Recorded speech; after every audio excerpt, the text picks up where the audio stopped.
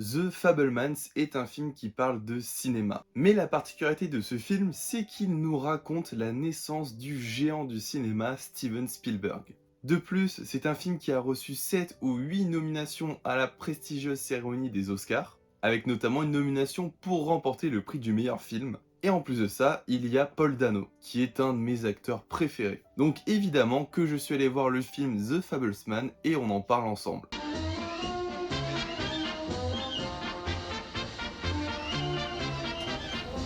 Donc The Fabelmans, c'est le nouveau film de Steven Spielberg. Et déjà, premièrement, il envoie un message fort au monde du cinéma, c'est que Steven Spielberg, pour réaliser The Fablesman, eh bien il a abandonné le projet Indiana Jones 5. Donc en quelque sorte, il a abandonné un projet qui allait rapporter de l'argent pour mettre à bien et pour mettre en avant un projet qui est beaucoup plus poussé et beaucoup plus intime et donc beaucoup plus travaillé. Et ce projet est beaucoup plus important pour le réalisateur lui-même étant donné que c'est un projet qu'il essaye de mettre en place depuis les années 90. Donc le film The Fabelmans, eh ben ça parle de quoi? Il met en scène une famille sous le nom des Fabelman où l'on se concentre sur un personnage en particulier, Sammy Fabelman. Et donc ce film va nous retracer son enfance et son adolescence, avec notamment la naissance de la passion pour le cinéma, mais cette évolution va surtout être entourée par un destin familial qui paraissait beau et incroyable à la base, au départ du film, mais qui petit à petit, au fur et à mesure du film, connaît une destinée un peu plus chaotique. Pour le réalisateur, c'est de loin son œuvre la plus personnelle. Et c'est un genre de film qu'on n'avait pas encore vu de la part du réalisateur, à savoir une autobiographie. Et bien sûr, on le sait, donc le cinéma de Spielberg, c'est avant tout certains thèmes comme étant la famille, l'amitié, mais encore l'amour, le divorce, la trahison.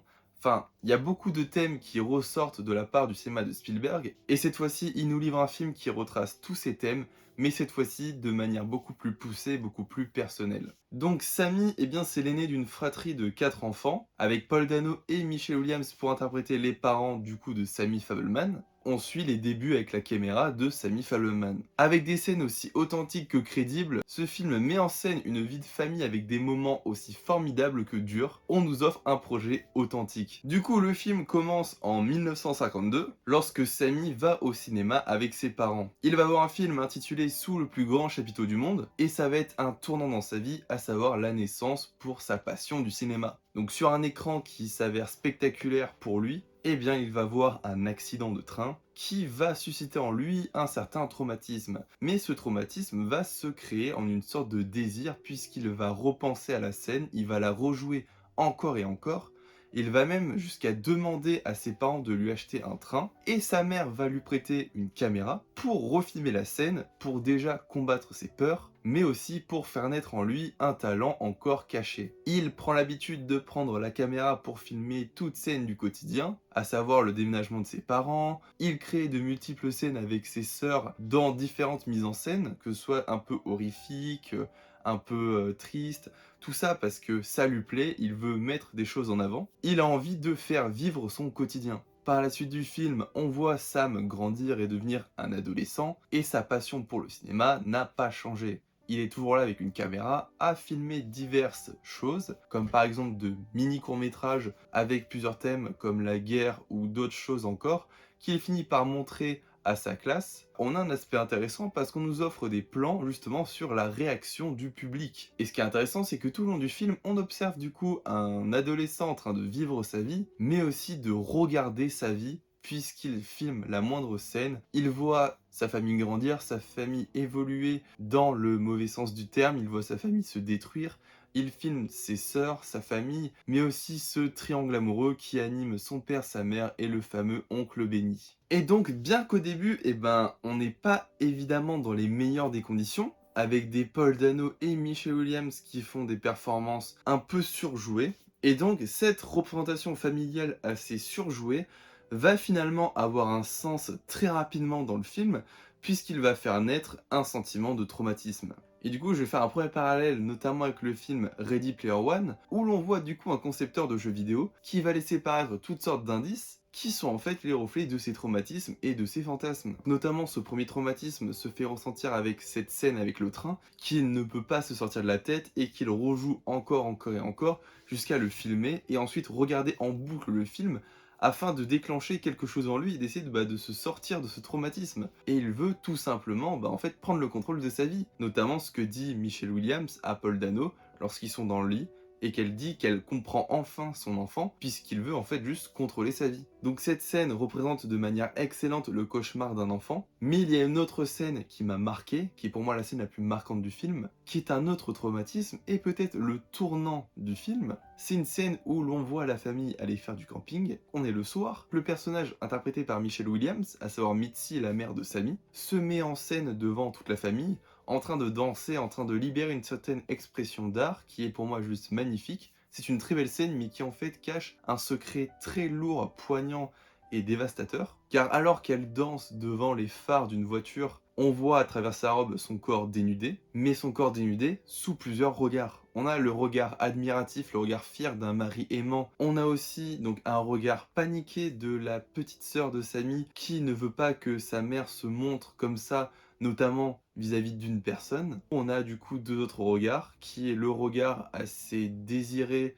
mais surtout malsain et un peu vicieux de l'oncle Benny. Et du coup, à travers le regard de Sammy, il capte la scène sans vraiment la capter, puisqu'il n'arrive pas à déchiffrer la vérité qui se cache derrière justement cette scène. Et donc Steven Spielberg arrive de manière assez impressionnante à retracer certaines scènes de ses souvenirs, la vision de l'enfant qu'il était. Cette implication personnelle, elle découle du fait que, en tant que l'un des plus grands réalisateurs de tous les temps, Steven Spielberg, au-delà de sa filmographie, voulait mettre sa personne en avant au cinéma, non pas de manière égoïste, parce que pour moi, ce qui a été un gros défaut du film, c'est que justement, cette absence d'égoïsme de la part de Steven Spielberg a poussé à ce que le film s'appelle The Fabelmans, et ça fait que du coup, on a une famille qui s'appelle les Fabelmans, et j'aurais aimé que justement, ils prennent un peu plus d'égoïsme sur lui, et qu'il s'appelle vraiment Steven Spielberg et pas Sammy Fabelman. Sans être égoïste, Steven Spielberg, il veut laisser sa trace dans l'histoire du cinéma. Pour moi, ce film, il a deux sens. Les deux messages que l'on voit à travers ce film-là, que Steven Spielberg veut envoyer, c'est déjà sa naissance pour la passion pour le cinéma. Donc, il retrace limite presque toute sa filmographie avec ce film-là qui est assez touchant et personnel, mais aussi pour les gens qui veulent s'intéresser au cinéma de Spielberg et qui ne connaissent pas, c'est peut-être le meilleur film pour débuter, pour contextualiser le personnage de Spielberg, mais aussi ses thèmes et la personne qu'il est en tant que réalisateur, pour nous préparer à tous les films qu'il nous reste à découvrir, donc à savoir tous les plus grands chefs-d'œuvre que Spielberg a réalisés. Donc au niveau de l'histoire, donc au début on voit une famille qui est rassemblée, qui est unie. Pour moi c'était juste magnifique parce qu'on a la représentation un peu typique de la famille parfaite, et au fur et à mesure certains événements vont emmener à détruire cette famille, notamment donc évidemment le fait que la mère Mitzi tombe amoureuse du meilleur ami de Burt, le père de Sammy, et donc qui n'est autre que l'oncle Benny, interprété par Seth Rogen, que j'avais du mal à reconnaître d'ailleurs au début du film. Et donc on voit l'évolution d'une famille chaotique, et pour moi ça nous a livré des scènes juste incroyables, aussi touchantes que tristes, mais par-delà cette évolution familiale, on nous retrace aussi des périodes de l'adolescent quand il était donc à l'école, avec cet antisémitisme qui est assez énervant et poignant là aussi. On sait que le réalisateur a mal vécu d'être juif, mais surtout à travers ce film-là, il met en avant tous les dégâts que ça lui a causé en tant qu'adolescent au collège. Enfin du moins au lycée. D'ailleurs, cette place de la religion dans ce film, qui est quand même assez importante, nous offre une des scènes les plus hilarantes avec cette fameuse scène où il y a la copine de Sammy, donc avant qu'il soit en couple, qui est juste une fan de Jésus et qui essaye de faire la communion entre Sammy et Jésus, ce qui nous offre un beau contraste entre le fait que, au lycée, toutes les autres personnes voient d'un mauvais œil le fait que Sammy soit juif, et du coup, on voit plusieurs blagues racistes à travers ce film-là, ce qui a dû être assez douloureux pour le réalisateur, surtout à l'époque. La fin du film est assez triste en elle-même, puisque on assiste au divorce entre Burt et Mitzi, donc on a de la compassion pour le personnage interprété par Paul Dano et de la haine pour le personnage interprété par Michelle Williams. Et là, ça nous offre une très belle scène, puisque on voit donc par cette annonce de divorce, on voit par le biais d'un miroir, Sammy en train de filmer la scène, ce qui montre parfaitement du coup l'essence du film, c'est que Sammy était là à regarder ce qui s'est passé dans sa famille tout le long du film, mais surtout il était là en train de filmer tout ce qui s'est passé. Et donc le film se termine par Sammy qui vit chez son père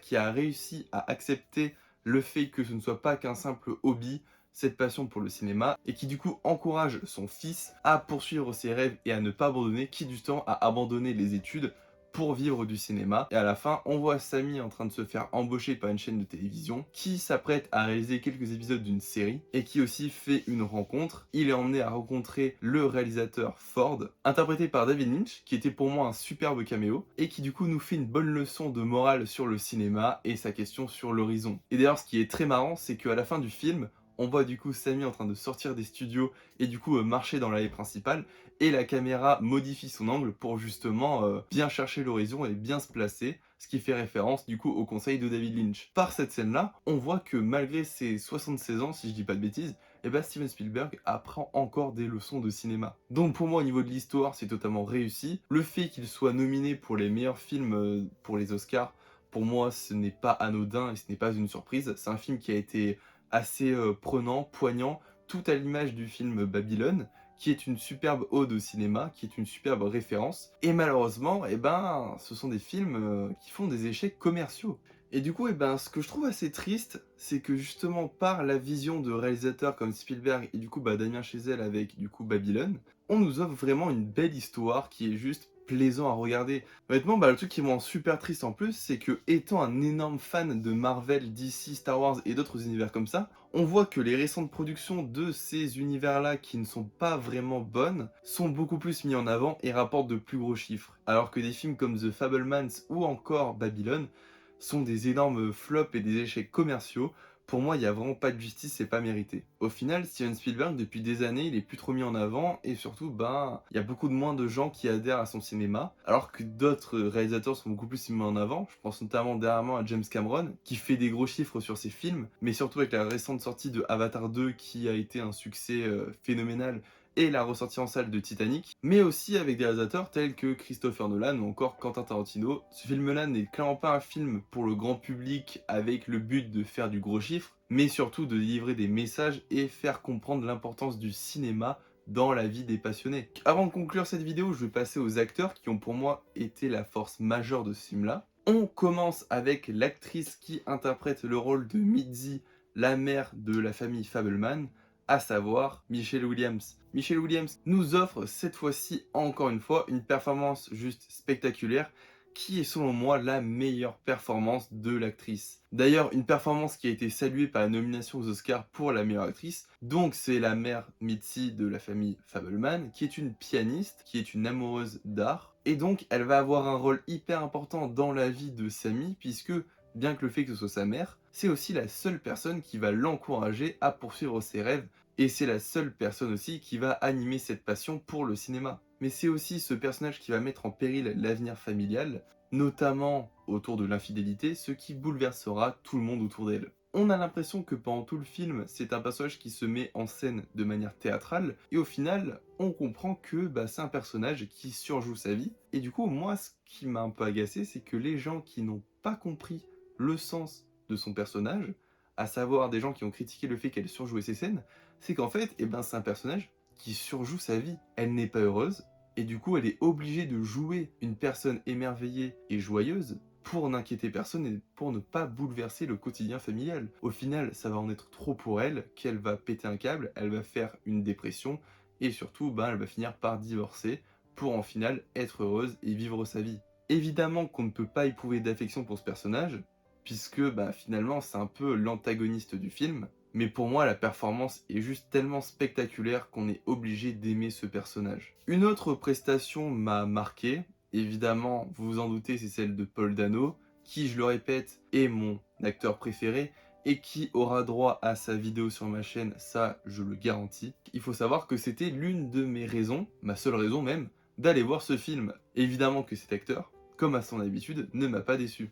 Et pour vous dire à quel point j'adore cet acteur, j'ai même un t-shirt à son effigie, que je trouve très marrant. Et du coup, pour la peine, je vais poursuivre cette vidéo avec ce t-shirt. Et donc, la première chose qui m'a marqué dans ce film-là, c'est que Paul Dano a une capacité impressionnante à s'adapter dans n'importe quel rôle qui lui est proposé. Il peut tant bien jouer des psychopathes, notamment, il est pour moi le meilleur acteur dans le film The Batman. Après, on peut aussi citer des films comme There Will Be Blood ou encore Prisoners, où il interprète une nouvelle fois plein de rôles divers et variés, juste à la perfection. Et cette fois-ci, on a un personnage qui est assez calme, qui est tendre et d'une gentillesse hors du commun. On a envie de s'attacher à ce personnage dès sa première scène. Et naturellement, au fur et à mesure du film, on s'attache de plus en plus à ce personnage. Évidemment, on ressent le plus de tristesse aussi avec sa performance et on ressent toute la peine que ce personnage ressent au fur et à mesure du film. Et juste à la fin, on assiste impuissant à ce qu'il subit. Pour montrer que c'est encore une fois le meilleur personnage, il finit par finalement accepter donc la passion de son fils qu'il ne considère plus comme un hobby et l'encourage même à quitter ses études si c'est ce qu'il souhaite pour persévérer et continuer dans le monde du cinéma. Et là pour moi c'est juste une scène assez forte qui est envoyée puisque c'est pour moi le personnage qui a le plus évolué dans tout le film. Et ce que je trouve triste, c'est que Paul Dano n'est pas reconnu pour être un grand acteur tel que Tom Holland, Elizabeth Olsen ou encore tout autre personnage qui joue dans des films Marvel. Et pourtant, vous savez que j'adore Marvel, hein. Il se concentre plus dans des projets dramatiques et indépendants. Le fait qu'il soit beaucoup moins mis en avant que certains acteurs qui jouent dans des blockbusters avec des performances presque moyennes. Je ne parle pas de Jared Leto, mais de d'autres acteurs aussi, pour ne pas citer que lui. Ça fait que Paul Dano, il n'est pas vraiment reconnu à sa juste valeur. Et là, cette année 2022, pour moi, c'était vraiment une année de consécration après toutes ces années de d'acting merveilleux. Pour moi, objectivement, Paul Dano est un des meilleurs acteurs du cinéma à l'heure actuelle, mais je pense que personne n'est prêt pour ce débat. Et donc dans ce film, on a aussi un troisième grand acteur, à savoir Seth Rogen. Seth Rogen, qui est classé dans les top 10 des acteurs que je déteste le plus. Donc c'est pour vous dire à quel point j'ai une haine profonde envers ce mec, de la méchanceté gratuite, totalement, parce que j'ai pas d'argument valable pour dire que je déteste ce gars-là. Il n'y a aucun rôle dans sa filmographie qui ne m'a plu. Et The Fableman, au final, il est pas si mauvais. Je veux dire qu'il est pas si mauvais parce que déjà de 1, je suis pas objectif, donc il faut reconnaître que l'acteur joue bien, il faut le reconnaître, mais je suis pas objectif, donc je dirais qu'il jouerait mal. Mais surtout, son rôle, c'est juste, il a le pire rôle. Ça n'aide pas à me faire aimer le personnage, à faire aimer l'acteur qui est Seth Rogen. Et donc pour moi, Seth Rogen, en vrai, il est bien dans le film. D'ailleurs, il est méconnaissable, je l'ai pas reconnu dès sa première scène, mais il a le mérite de nous offrir une très belle scène, donc c'est la scène finale, donc quand on le voit dans le film, à savoir quand il offre une caméra à Samy. Déjà la scène est très belle en soi, mais surtout, c'est indirectement lui qui va redonner l'envie à Samy de faire du cinéma, puisque sans la caméra qu'il lui offre, Samy n'aurait pas de moyen de refaire du cinéma. Mais bon, je le redirai jamais assez, mais je déteste ce mec. Ensuite, on a d'autres personnages qui sont mis en avant, à savoir donc les personnages familiaux, qui sont des très bons personnages secondaires. Donc pour moi, le casting en général est réussi, mais surtout, on va parler de Gabriel Labelle. Et Gabriel Labelle, donc, c'est cet acteur qui incarne Steven Spielberg. Pour moi, il est très convaincant. Et là, on met en avant du coup un acteur qui, personnellement, voilà, je le connaissais pas, alors que pourtant, je m'intéresse à la vie des acteurs, à tous les acteurs qui jouent dans des films. Et c'est la première fois que j'entends parler de lui. J'ai très envie de savoir ce qu'il va faire par la suite, parce que surtout, il faut quand même penser que le gars, il avait une pression de dingue, parce qu'il incarnait Steven Spielberg en tant que rôle principal, avec Steven Spielberg derrière la caméra. Donc le gars, il a dû avoir une pression de dingue, et pour moi, il a totalement géré cette pression, et il nous a livré une des meilleures performances du film, évidemment, mais surtout une très belle performance. Et enfin, de manière inattendue, on nous offre un caméo de David Lynch qui nous offre une très belle leçon de cinéma à la fin. Pour moi, c'était sympathique, puisque finalement, le film, il nous offre quand même une morale à la fin, une morale qui peut paraître incompréhensible avec l'horizon à la fin, mais qui pourtant apporte tout son sens, puisque la scène finale tient de cette morale, comme je l'ai dit auparavant dans la vidéo. Ma conclusion pour The Fabelmans, c'est que c'est un très beau film. Pour moi, c'est un très beau film qui est à l'image de la carrière de Steven Spielberg. Même si ma plus grosse déception, c'est quand même que Steven Spielberg il ne se soit pas appelé Steven Spielberg, mais Sammy Fabelman. Je pense qu'il n'a pas été assez égoïste, et je pense qu'il voulait pas justement être égoïste et se mettre en avant justement dans le cinéma. Je pense qu'il aurait dû. Il aurait dû parce qu'au final, déjà, ça gâche le fait que plein de gens ne vont pas aller voir le film pour ça. Enfin, ils vont trouver que c'est un film banal, alors que pourtant, pas du tout. Mais bon, c'est une volonté de la part du réalisateur et on ne peut pas contester ses décisions. Mais du coup, ce film est vachement touchant et nous replonge au plus profond des souvenirs de Steven Spielberg. Et c'est un film qui nous apporte de nouvelles informations sur ce réalisateur qui est pour moi juste très bien emmené et ce film est juste une pure beauté. Mais ce film, je l'ai quand même vécu aussi de manière personnelle parce que je me suis associé à ce film-là. Je me suis associé à ce personnage de Samy qui a pour objectif et pour but et comme passion de filmer tout ce qu'il voit au quotidien.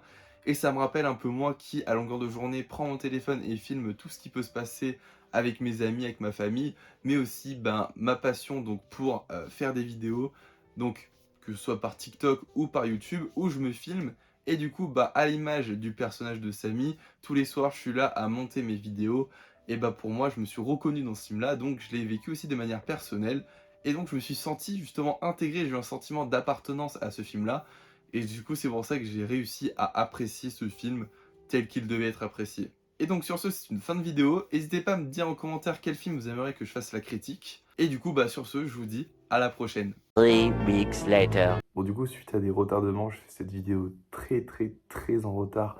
La cérémonie des Oscars est passée il y a maintenant 1 mois et demi.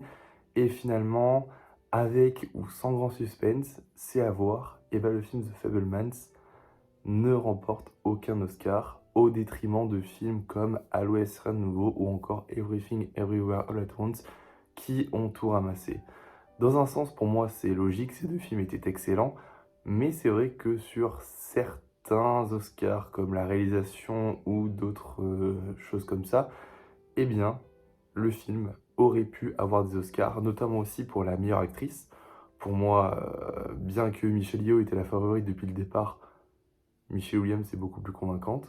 Mais finalement, donc voilà, donc c'était ce petit avant-après. Et du coup, rien n'enlève au fait que The Fabelmans est un très bon film qui aura marqué l'année 2022 et même pour nous les Français cette année 2023. Et ce film, donc je répète, aurait pu remporter d'autres Oscars, notamment celui de la meilleure actrice. Et sur ce, eh ben, je vous dis à la prochaine.